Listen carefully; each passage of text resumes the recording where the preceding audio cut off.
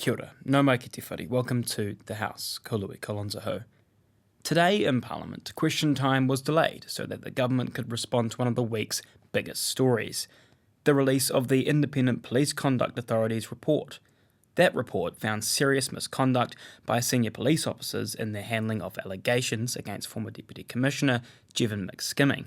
Given the gravity of those findings, the government could hardly ignore them, so just after 2 p.m. on Wednesday, Police Minister Mark Mitchell stood up in the House to deliver a ministerial statement. The IPCA found that no effective action was taken when a comment was made on social media at the time of McSkimming's appointment as a Deputy Police Commissioner. It found that no action was taken by senior police officers after the Fixed Threat Assessment Centre recommended referral of the allegations contained in hundreds of emails, 3 105 reports and a social media comment to the National Integrity Unit and the IPCA.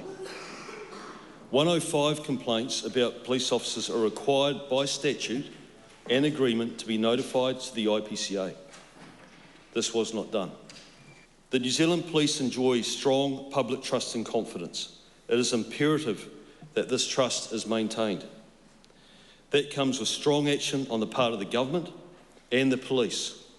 The government and the police have accepted the IPCA's recommendations. These adverse findings should not be seen as a reflection on our police service as a whole. Like most Kiwis and our police officers, I'm extremely disappointed at what has been revealed by this report. I want the public to be assured that this government takes this seriously and is working to do everything we need to do to prevent this happening again. Ministerial statements allow governments to brief Parliament on developing issues or significant events, outlining how they intend to respond. Taking this route can also preempt an urgent debate request from the opposition, allowing the government to get in first and set the tone and shape the public narrative from the outset. Opposition parties often welcome this format too, though. They get the chance to deliver their own speeches on the issue. Here's Labour's police spokesperson, Jenny Anderson. The report shows that internal processes were influenced by rank and relationships rather than by impartiality and professionalism.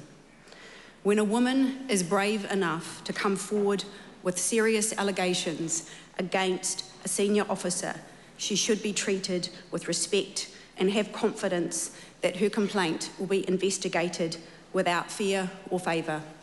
That did not happen. This was not just a failure of process, it was a failure of leadership, accountability and duty to the public of New Zealand.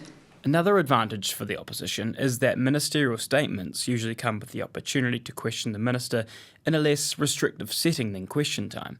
If you've been following political discourse around policing this year, you can probably guess who went into bat for the Greens on this.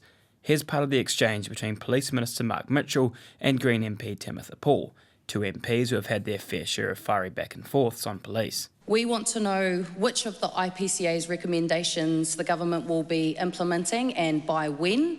Will the government be looking to introduce any legislation that amends the Policing Act before the end of the year, given the graveness of this situation and given the many statements that have been made about this never happening again, although I will note this has happened before. And I also want to ask the Minister whether he's concerned about the impact this cover-up will have on public trust in the police and what will he be doing to try and repair that? In relation to the IPCA recommendations, both the police and the government have been clear that we accept all of those recommendations.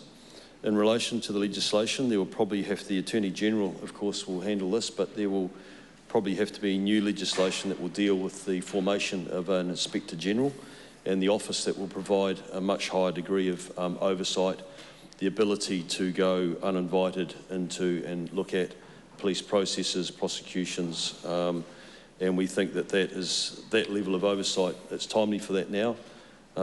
In terms of public confidence, absolutely. It would be naive to think that there hasn't been an impact on public confidence. We are dealing with the prior police executive. the most powerful and influential police officers in the country. And we've all been horrified, I think, to see the findings of the IPCA. While Question Time is in theory designed to hold the government to account, its strict rules and tendency for theatrics often make genuine answers and illuminating questions hard to extract no matter who's sitting on what benches. A ministerial statement, by contrast, can give the government space to set out its position in full, while also offering the opposition a chance for a more fluid and dynamic cross-examination. You can watch the full ministerial statement and the subsequent Q&A on Parliament's website. I te whakarongo koe ki te whare. You've been listening to The House, a program made with funding from Parliament's Office of the Clerk. Mātua.